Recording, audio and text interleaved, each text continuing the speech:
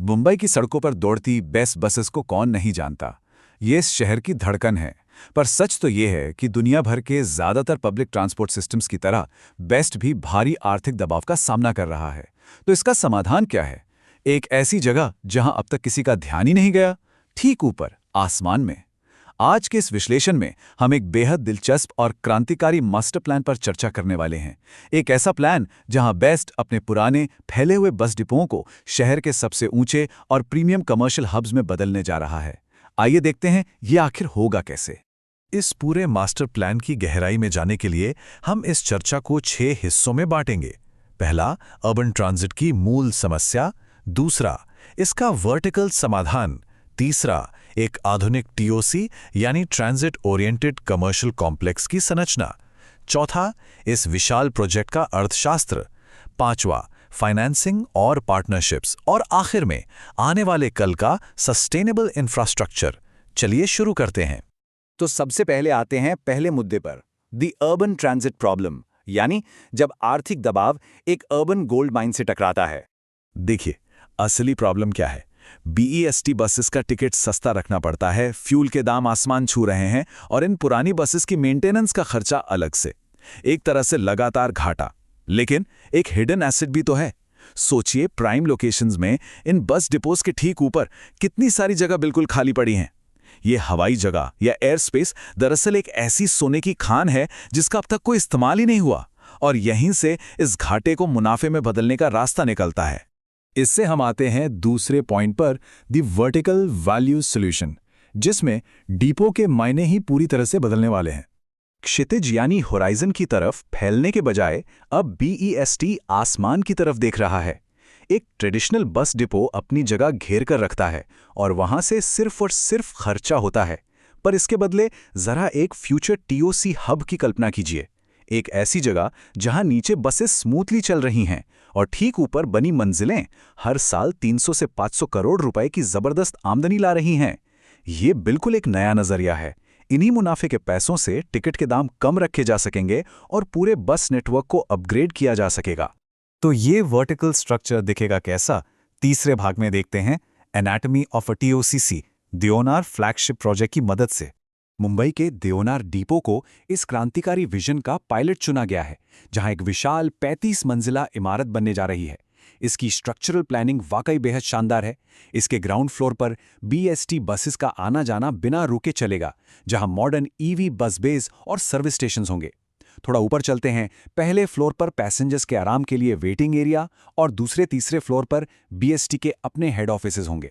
और उसके बाद चौथे फ्लोर से लेकर सीधा 35वें फ्लोर तक ये पूरा हिस्सा एक जबरदस्त रेवेन्यू इंजन बन जाएगा। यहां बड़ी कंपनीज और स्टार्टअप्स के लिए प्रीमियम लीजेबल कमर्शियल वर्क स्पेसेस बनाए जाएंगे। अब आते हैं चौथे भाग पर, द मास्टर प्लान इकोनॉमिक्स। इतना बड़ा बिल्डिंग स्ट्रक्चर बनेगा कैसे और इसका खर्चा कहां से आएगा? देओनार जैसे 35 मंजिला मेगा प्रोजेक्ट को हकीकत में बदलने के लिए करीब 1300 करोड़ रुपए लगने का अनुमान है। ये कोई छोटी रकम नहीं है, पर अच्छी बात यह है कि किसी एक संस्था पर अकेले बोझ डालने के बजाय एक बेहद स्मार्ट और डाइवर्सिफाइड फंडिंग स्ट्रक्चर बनाया गया है।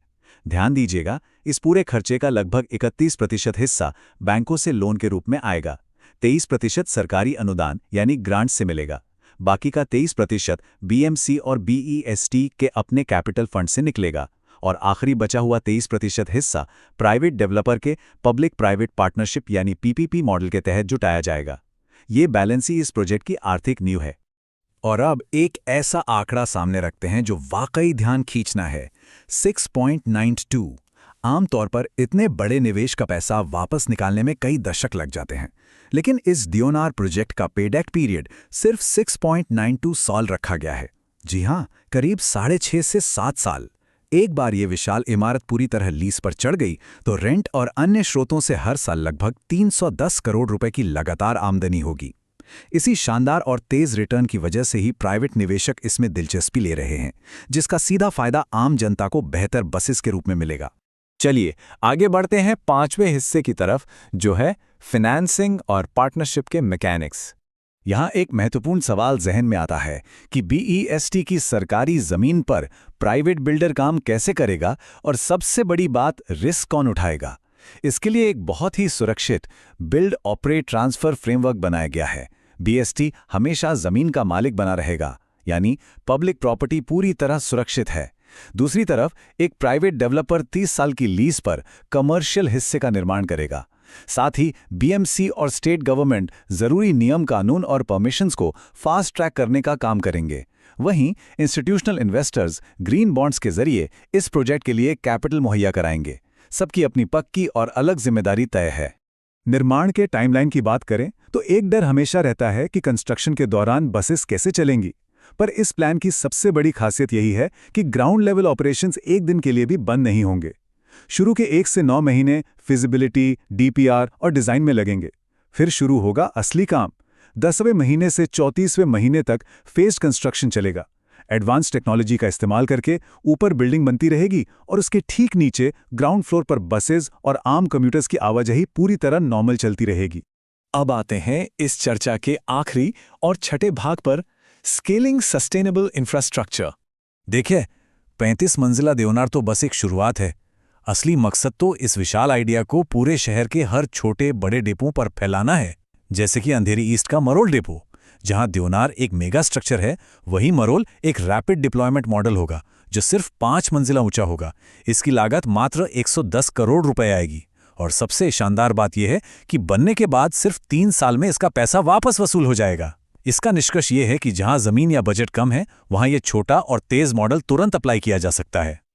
और हाँ, ध्यान देने वाली बात यह है कि ये नए हब्स सिर्फ मुनाफे के लिए नहीं बन रहे।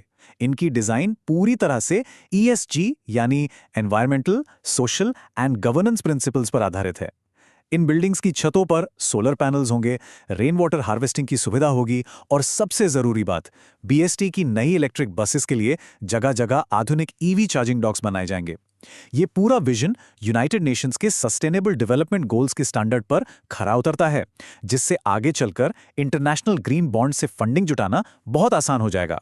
अब शायद लग रहा हो कि क्या ये सब जमीन पर वाकई उतरेगा या सिर्फ कागजों पर ही काफी अच्छा लग रहा है? तो याद रखने वाली बात यह है कि पब्लिक ट्रांजिट और कमर्शियल रियल एस्टेट को एक साथ जोड़ना कोई नई फैंटेसी नहीं है। ये देश में पहले भी बिल्कुल कामयाब हो चुका है।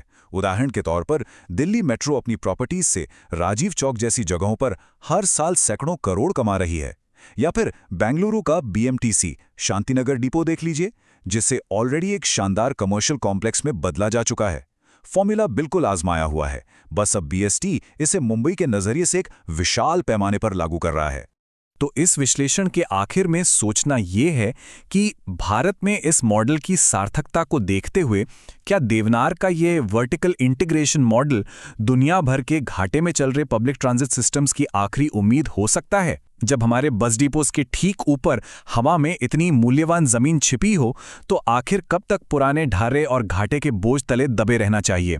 अगर पब्लिक ट्रांसपोर्ट को सड़क पर बिना रोके तेजी से दौड़ना है, तो अब आसमान को छूना ही पड़ेगा। उम्मीद है कि आज की इस चर्चा से इस आधुनिक मास्टर प्लान की एक सटीक और रोचक तस्वीर उभर कर आई होगी।